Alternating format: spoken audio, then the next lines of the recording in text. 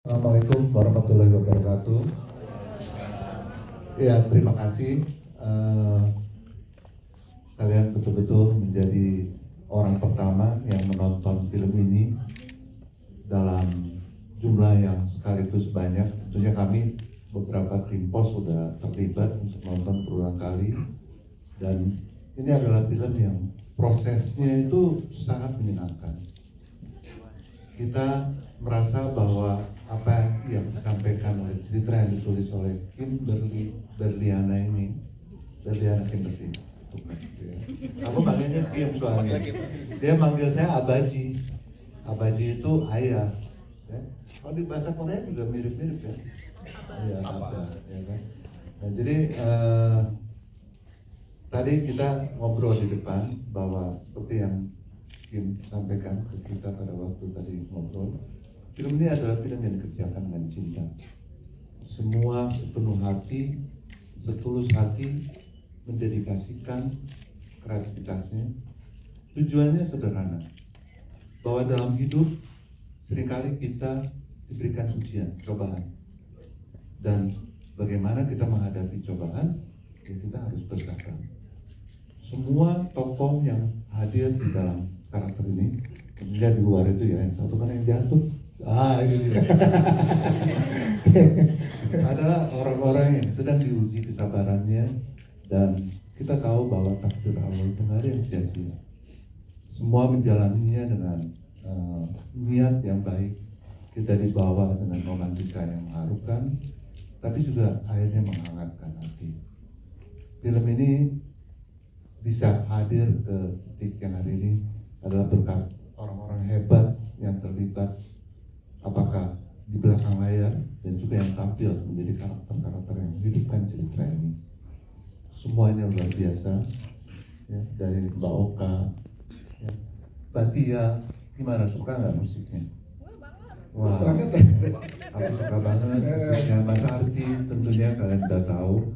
Kemudian di sini ada Kang Gesa, editornya juga, yang sepenuh hati mencurahkan kepiawaiannya, ya kan, sehingga film ini sebetulnya nanti kalau Anda nonton lagi yang kedua kali atau ketiga kali udah bisa sing along loh.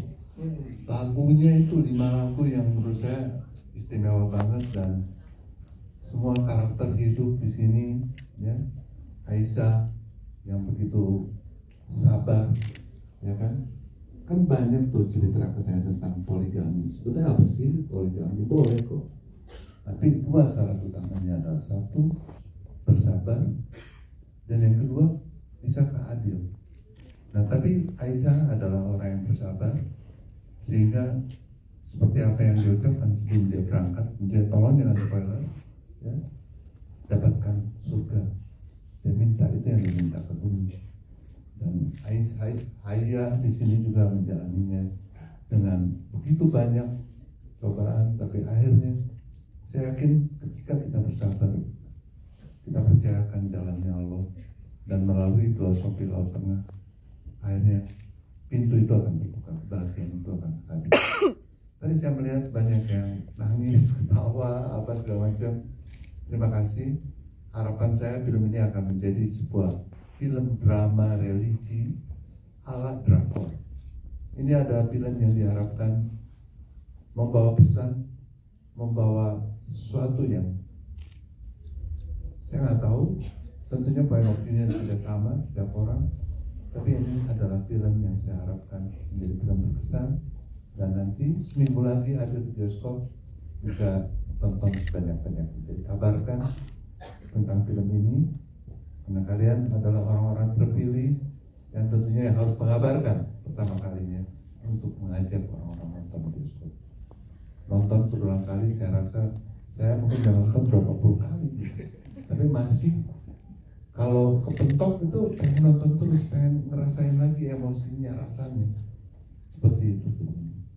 Terima kasih pada para cast yang luar biasa, ya kan, yang telah menghidupkan Laut Tengah dari novel Ali Wahana menjadi sebuah karya audiovisual yang diharapkan bermanfaat. Amin. Amin. Terima kasih, tepuk tangan untuk Bapak Anton. Terima kasih. Kita ke Pak Indonesia. Pak ini dari karena produksi juga terjadi tidak hanya di Indonesia tapi juga di Korea yang disupport juga oleh Seoul Metropolitan Government dan juga Seoul Film Commission. Ini boleh diceritakan dong Pak Bitu gimana proses produksinya karena nggak cuma di Indonesia nih tapi di Korea juga dengan sangat proper. Silakan. Oke, selamat sore semuanya. Assalamualaikum. Mungkin saya mau kasih tahu sedikit kali ya. Saya setuju tadi dengan Pak Parwes. Semakin kita nonton film ini, kita bisa lebih menikmati film ini. Mungkin minggu ini aja saya udah nonton lebih dari 10 kali film ini gitu. Dan setiap kali saya nonton pasti keluar air mata gitu. Dan yes, kita syuting di Korea itu mungkin kendala kita di sana mungkin hanya jam syutingnya aja kali ya. Tapi semuanya sangat menyenangkan. Saya melihat juga di BTS-nya, cast-nya sangat enjoy. Kayaknya makan-makan terus. Kayaknya Oim naik berapa kilo Oim? Naik 5 kilo katanya Oimnya di Korea. Tentunya thank you juga Korea yang udah support kita selama kita syuting di sana. Semuanya lancar sih. Makanya filmnya juga menarik. Berapa lama berarti kemarin proses produksi di Korea Pak? Berapa lama ya? 2 minggu ya, tapi rasanya kayak sebentar ya. Karena mereka maunya lebih lama sebenarnya. Cuman ya udahlah, ntar jadinya kepanjangan gitu. Itu aja sih, thank you. Siap, terima kasih Pak Witu Rizal. Kita geser ke sebelah kiri Pak Witu, ada Kak Kesa sebagai editor kita yang bawa film ini tadi sama 2 jam. Kita dibawa oleh ceritanya Kak Kesa. Boleh dong treatment yang dipesankan lagi oleh Pak Parwes dan Mas Archie di sini untuk film Laut Tengah ini seperti apa Kak Kesa treatmentnya, silakan. Ya, assalamualaikum. Ya ini film tersulit ya. Kenapa tuh Kak? Tapi ternyata ketika diselami di dalam kesulitan itu ada kemudahan ternyata ya. Bersama kita ada kemudahan. Jadi memang pada akhirnya, ya alhamdulillah akhirnya saya jadi tahu beberapa kata dalam bahasa Korea yang sahamida. Annyeonghaseyo. Ya. Karangge, alhamdulillah ya senang ini film keempat mungkin saya dengan Pak Archie. Kalau sama Pak Parwes tapi sendiri nggak tahu film keberapa. Yes. Jadi ketemu lagi sebuah perjalanan cinta yang menarik, menggabungkan 2 negara gitu dengan temanya sebenarnya tema lama ya, ada percintaan dan lain, tapi pendekatannya baru lah dengan musik-musik yang manis yang akhirnya mungkin lebih dekat ke generasi yang sekarang. Jadi buat saya di dalam bersama kesulitan bakal ada kemudahan. Masya Allah, tepuk tangan dong untuk Kak Kesa sebagai editor. Kita ke Mas Archie sebagai sutradara kita yang membuat teman-teman tadi nangis nih Mas Archie, tapi ikut senang juga. Abis ini pada pengen bikin ramen. Bareng-bareng Mas Archie, dari sebuah novel ekspektasi udah pasti punya pembacanya, pencintanya gitu ya, dan sekarang disajikan dalam platform layar lebar. Ini gimana Mas Archie tanggung jawab yang diberikan dari Star Vision ke Mas Archie saat dipercaya? Ya, assalamualaikum warahmatullahi wabarakatuh. Memang alih wahana dari novel ke medium film tuh sulit banget karena susah banget untuk bisa menyamakan dengan imajinasi pembaca. Karena kalau imajinasi liar, kalau di film kan ada limitasi tertentu. Tapi alhamdulillah di film ini Berliana Kimberly selaku penulis benar-benar in charge, ikut mendampingi saya, membantu saya dari mulai reading sampai ke syutingnya pun.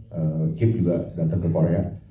Banyak banget gue nanya sama Kim, banyak banget karena gue pribadi agak kesulitan di Korea karena nggak terlalu suka makanannya sebenarnya. Terus jam kerjanya susah banget di Korea karena terbatas, sangat terbatas jam kerjanya. Terus banyak budaya-budaya Korea yang nggak ngerti, gerakan gestur apa semua nanya sama Kim. Jadi insya Allah sih filmnya bisa dibilang hampir 80% mungkin sama novelnya, karena penulis novelnya benar-benar ada di situ dan menjaga keakuratannya.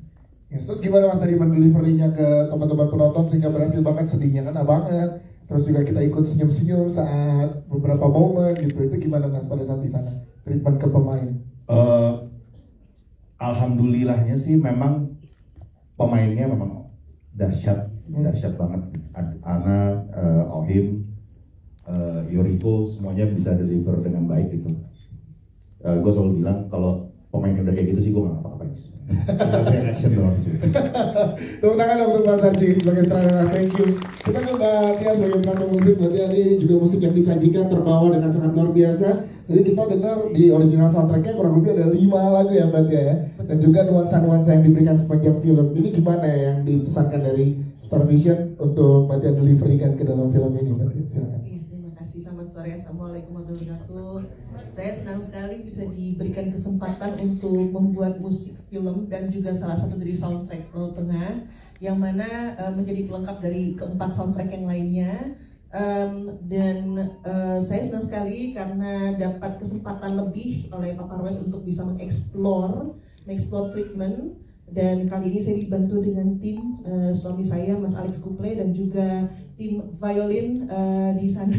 Ada di mana tadi? Ada di mana tim violin? Oh, ada di atas. Tepuk tangan dong. Terima kasih untuk Nahla, Agisna, Risang dan Ido yang memang membuat soundtracknya yang menjadi cantik ya Pak ya. Gitu, dan menjadi diterima oleh semuanya. Semoga everybody's happy dan mudah-mudahan skornya mengena di hati. Yes, makasih dong. Tepuk tangan untuk Mbak Tia. Tadi jadi original soundtracknya ada Penjaga Hatinya Nadif Basalama, kemudian ada Teramininya Dia Indrawari, Malam Tak Berjudul dari Monica Kristiana, ada 1000 Pelukan dari Raisa Ramadhani, dan juga Laut Tengah yang dinyanyikan langsung oleh Yoriko Eze.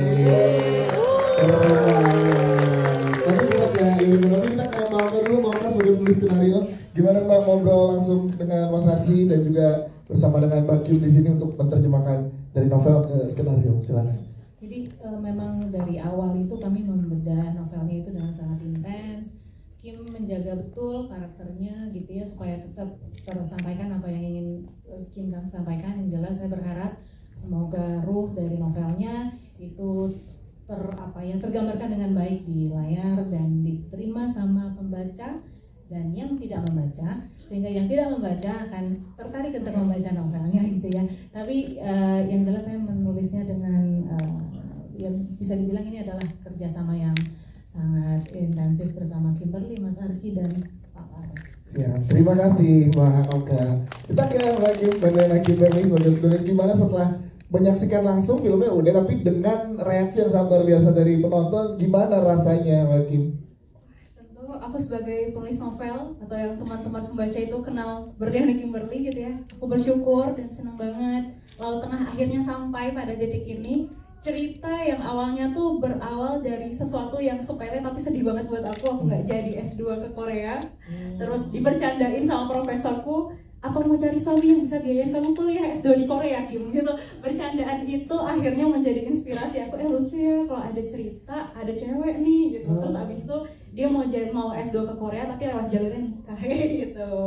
Terus akhirnya novel Laut Tengah diterbitkan di tahun 2022 dan alhamdulillah mendapatkan banyak cinta dari pembacanya. Novel Laut Tengah bestseller di akhir 2022 dan di 2023 Abaji Chat Parwes Servia direct message langsung lewat Instagram, gimana kalau seandainya novel Laut Tengah diadaptasi menjadi film. Sebagai penulis tentu yang hadir dalam pikiranku bukan kayak seneng nih novel Laut Tengah akan diadaptasi menjadi film, tapi saat itu yang muncul justru worried sih.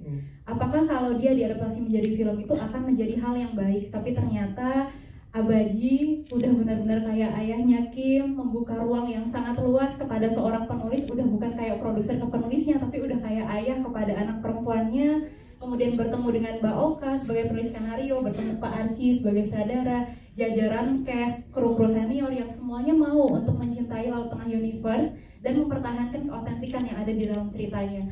Maka setiap pembaca Kim tanya, Kim apakah film Laut Tengah itu akan seseru novelnya? Jawabannya nonton aja, karena kalian pasti tidak akan pernah kehilangan ruh dari Laut Tengah itu sendiri. Aku terlibat dari masa praproduksi, produksi hingga postproduksi, bahkan sampai ke mixing.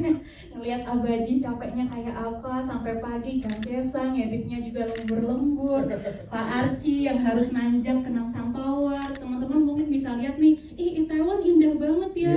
Hayo makan es krim sama Hana enak banget. Kalian harus tahu bahwa banyak banget kakak-kakak kru yang gendong alat dari Masjid Itaewon turun 2 km ke bawah ke tukang es krimnya. Wow, tapi emang kerja keras yang dilakukan di sana juga luar biasa ya. Jadi saat ada yang bertanya sebenarnya apa ya kepentingannya Kim Kim di dalam lokasi syuting Laut Tengah, selain menjaga keautentikan cerita, yang Kim ingin lakukan adalah Kim mau mengapresiasi seluruh pihak yang akhirnya mengadaptasi novel Laut Tengah menjadi sebuah film. Itu perjuangan yang luar biasa, dan semoga teman-teman pembaca khususnya ya, karena Kim yang nulis novelnya, kalian bisa mencintai film Laut Tengah sebagaimana bahkan lebih dari novelnya. Tepuk tangan dong, wow luar biasa. Thank you Kim, dan semoga kerjasama dengan Abaji terus terjalin ya ke depan-kedepannya dengan karya. Thank you Kim. Kita ke sekarang, yang pertama kita pengen